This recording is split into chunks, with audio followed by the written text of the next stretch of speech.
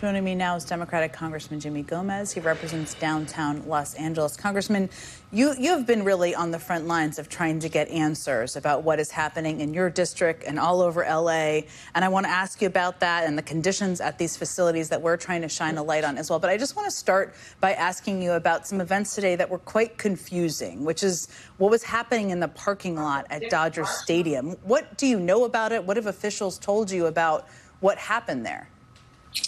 So early this morning, I got a text from my staff saying that ICE was staging right outside the gates of Dodger Stadium.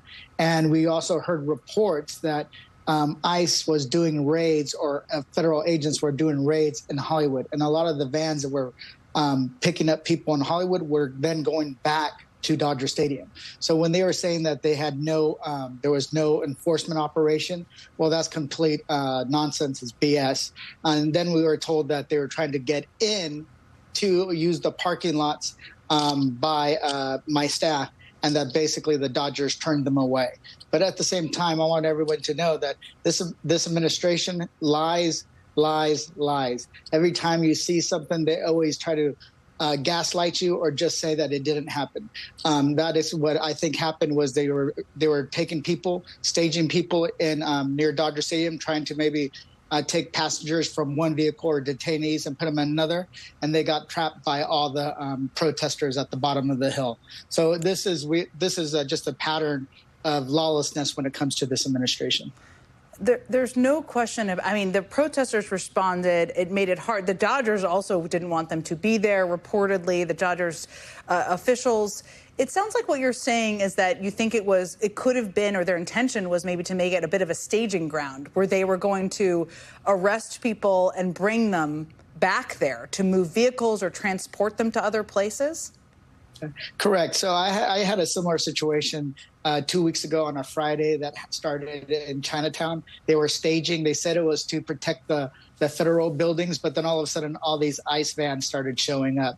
Department of Homeland Security started showing up. So they say one thing, but then the facts on the ground show that it's completely something else. And the facts are, we were hearing reports on this situation that they were using the same vans and bringing those same vans that they used to conduct raids in Hollywood to Dodger Stadium. I want to ask you about, that is just, it's a huge parking lot. So clearly they had enormous plans there potentially that sounds like they were thwarted for now. I want to ask you about this new reporting that DHS is requiring 72 hours notice from any member of Congress who wants to inspect an ICE detention facility. You've been blocked repeatedly. We just showed a video of you explaining what their explanation was the last time, but you've been blocked repeatedly from trying to enter federal buildings to visit people who are being detained. What can you do to ensure you get access, and what concerns do you have? Because when you give 72 hours notice, they can clean things up. They can make things look better. They can give people food. I don't know. They can do all sorts of things. What concerns do you have about the 72-hour piece? Well, the 72-hour piece is concerning because it's thwarting the law. Remember, the law says we can show up at any moment to conduct oversight. Number two, they're gonna move things around. They'll make sure that there's not overcrowding. They'll make sure that they clean up the area. That's what they do in order for us not to see what's really going on in those facilities. But what's really concerning is how now they're saying that this law doesn't apply because they're a processing facility. I was speaking to somebody in congressional affairs and said, we're not detaining anybody here. We're actually processing people here. And it was like, what? If you're not free to leave, you're a detainee, and therefore we have authority to conduct oversight. So what's going to happen when all of a sudden they open up field camps and say these are not detention centers? Oh, we're not detaining anybody. We're processing them for months on end. That's the kind of stuff that happens in Vietnam, where you can actually be held indefinitely as they do research on your case until they investigate your case. That's not who we are. We're the United States of America. We have rules and laws in place to protect the civil rights and civil liberties of individuals. They're assumed innocent until proven guilty. But with this administration, if you're brown and you're walking on the street or you're in this country, you're guilty until you prove you're a citizen. And even in those cases, they're still detaining people who are American citizens, which is completely shameful and not who we are. It shouldn't be who we are.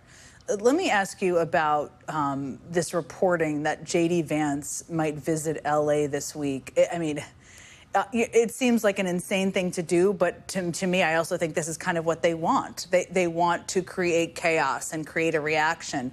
What do you make of it? And do you think he should come? I don't think he should come, but he's going to be met by, I believe, protesters upon thousands of protesters, because J.D. Vance is just as bad as Donald Trump. And he's basically here to not only to antagonize, but to taunt, but to send a message that they're not going away. Well, we're not going away either. So we're going to keep making sure that our voices are heard, but we're going to do it in a peaceful way so that people understand the injustice that's being committed against the people of Los Angeles.